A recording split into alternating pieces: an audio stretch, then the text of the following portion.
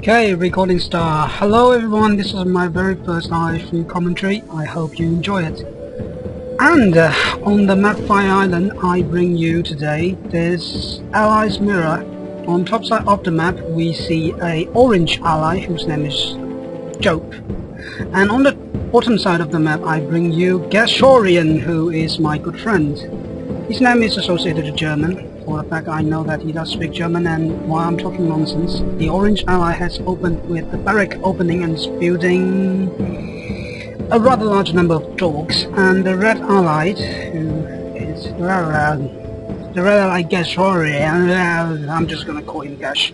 His name is fairly hard to pronounce, as you might imagine. So he is building one power plant straight into oil refinery opening, which is a very economical opening, while the orange ally has opened with one barracks into power plants. I can only imagine the thing he's building now is refinery, otherwise he's going to be severely behind, which you generally don't see at this level of play. Everyone knows you have to have an economy to win RTS game.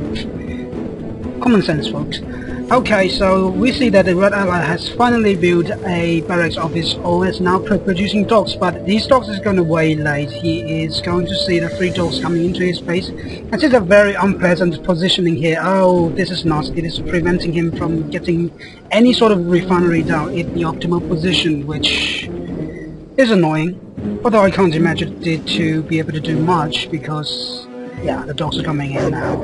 You can see there's a decent micro here. Actually can kill off these 3 dogs fairly easily with the sacrifice of only 1 dog from the red. And we see the red now is building up his peacekeeper counts. Peacekeeper is a fairly ironic name for the units like that. And I will see that although economically the orange is behind, he has now built an armor facility which is allowing him to build mechs, and is producing ACVs, which admittedly is amphibious, and now is going to put all his peacekeepers into ACV. Is it a second ACV coming out? Yes it is. Yes it is.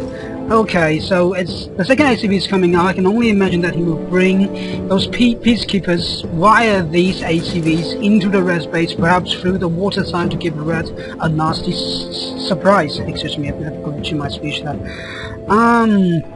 And is red actually going to encounter this? Is actually going to see this? I don't think so. From my basic knowledge of the I3 here, I can pretty safely say that the vision of those 2 dogs just barely bypasses the fact that 2 ACVs are making their way into the red space, even missed by the stream of peacekeeper there. Oh, this could be nasty.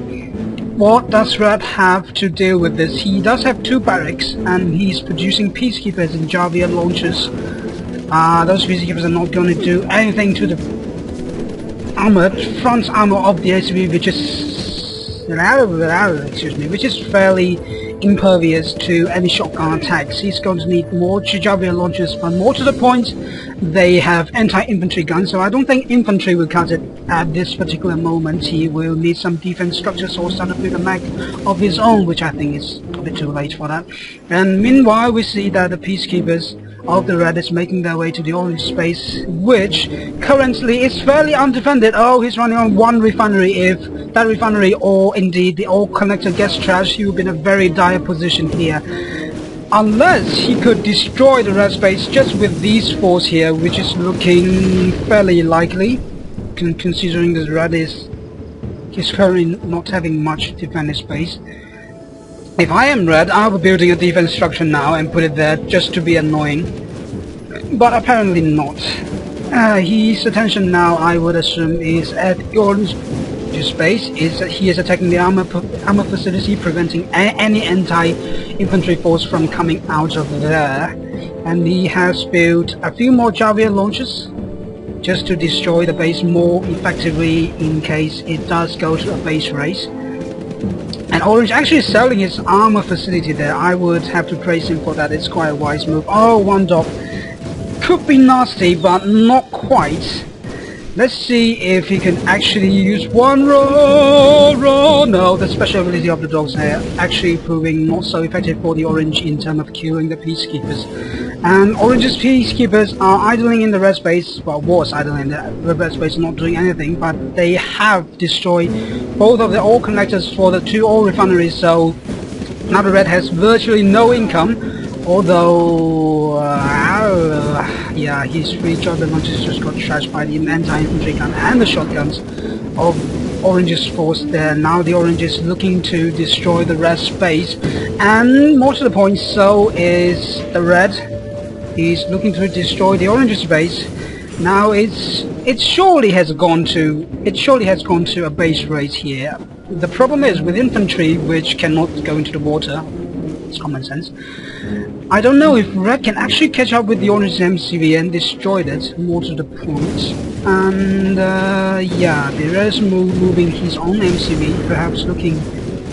Yeah, I was going to say that moving the MCV into the water now would be quite an unwise decision here.